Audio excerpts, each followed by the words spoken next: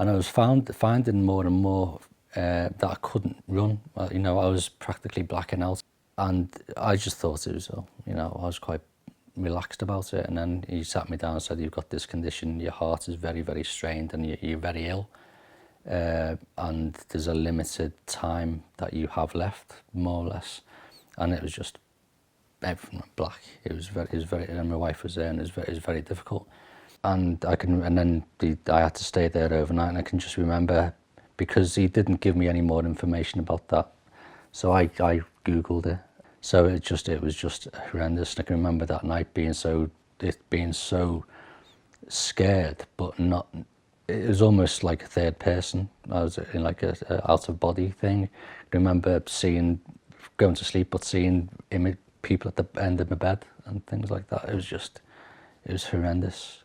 And to be fair, from everything I've been through in the last 4 years, health-wise and fitness-wise, that moment is still the thing that haunts me. Oh, it was very difficult because at that time, I was 36 at the time, and on the same week I'd found out my wife was pregnant with my 4th child.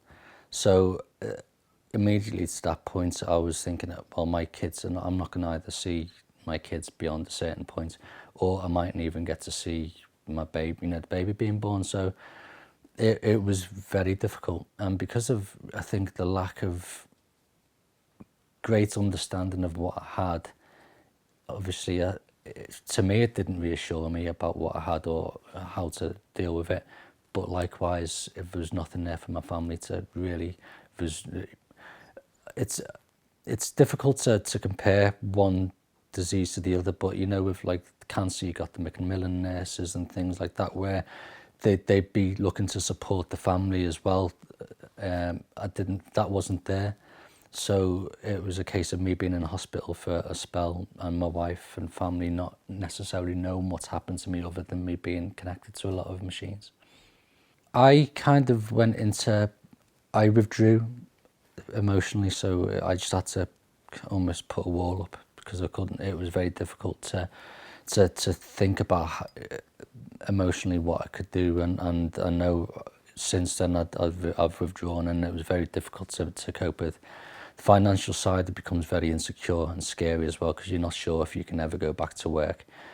When you're 35, you haven't got a mortgage, you don't have I didn't have life insurance, so then how are my children and wife and family going to be supported if I go?